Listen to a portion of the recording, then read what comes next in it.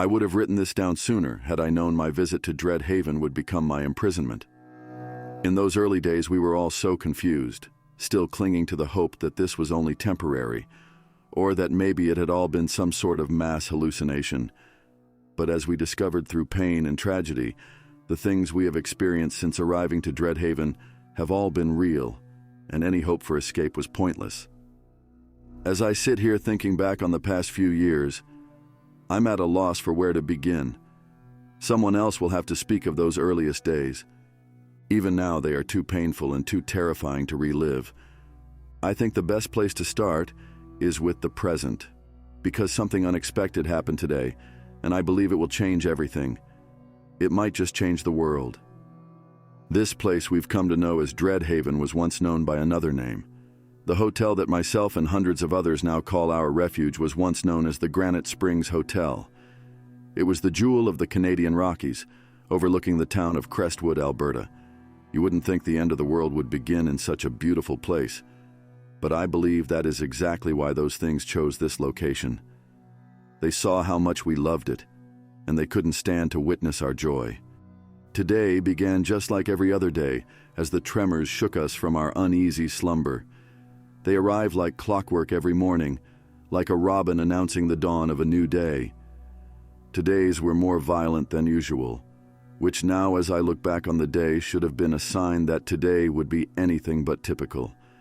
Breakfast hadn't even been served when the first emergency of the day announced itself with the tortured wail of a man. A little girl had been taken in the dead of night. The borrowings had become less frequent of late, but we all knew the calm would not last. Just another one of the mind games they like to play, luring us into a sense of false security, only to strike when we least expected. A search party was soon assembled for the child, and I was one of those who volunteered to help in the search. Though volunteer is a funny word, as what choice did I have? If you don't help others, others don't help you in return. And what I've learned most about this beautiful prison is that there's comfort and safety only in numbers. As we set off from the hotel, we came upon a large gate. The gate and the walls connecting it are my pride and joy, something myself and dozens of others had spent years constructing.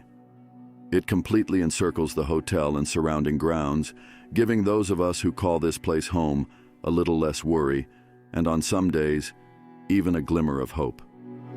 But not today. Today, a child had been taken, which begged the question if the walls did anything at all to keep us safe. We know so little of the beings, but we had always thought they couldn't climb. As we made our way further from the hotel, I turned around and took one last glance, wondering if it would be the last time I ever looked upon my prison.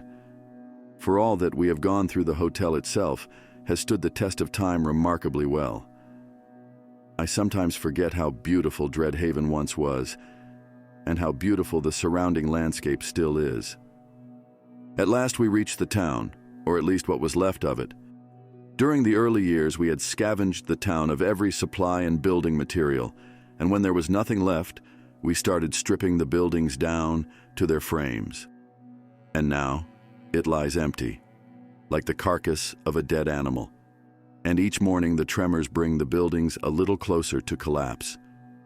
We split up into groups of 4, a number I wasn't particularly comfortable with, but time was against us. None of us knew what we would do if we found the child.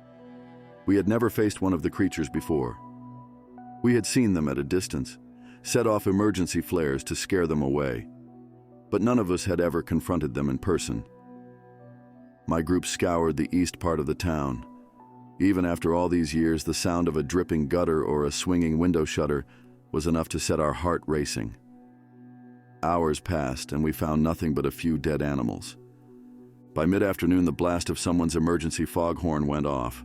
We came running, and I can honestly say none of us was prepared for what we saw. In a small cluster of trees on the far edge of town, we found the child, a girl of 8 or maybe 9. She was sitting on the trunk of a fallen tree, swinging her legs as children do.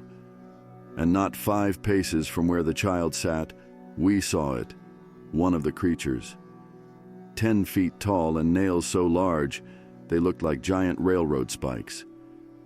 Its head was turned towards us, mouth open, and blood was dripping down its chin.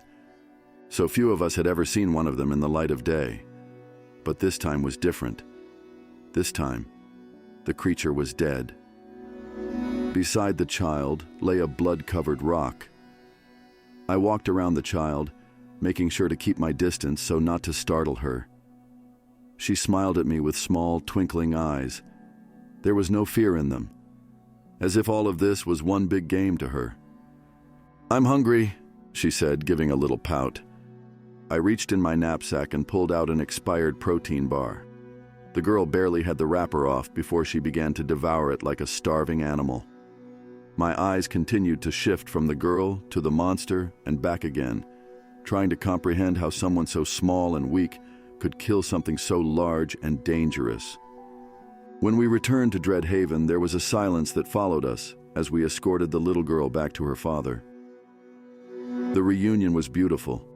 He cried uncontrollably while the little girl looked around with her face red with embarrassment. But what the people really wanted to see was the creature.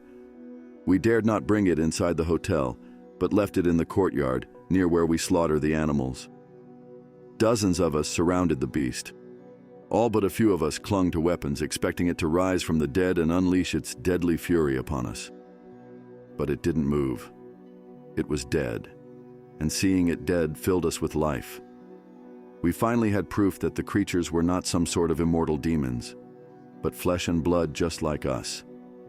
It is because of this that I have decided to write about Dread Haven. Because for the first time in years, I have hope for the future. Hope that maybe one day, we will be able to return to the lives we left behind.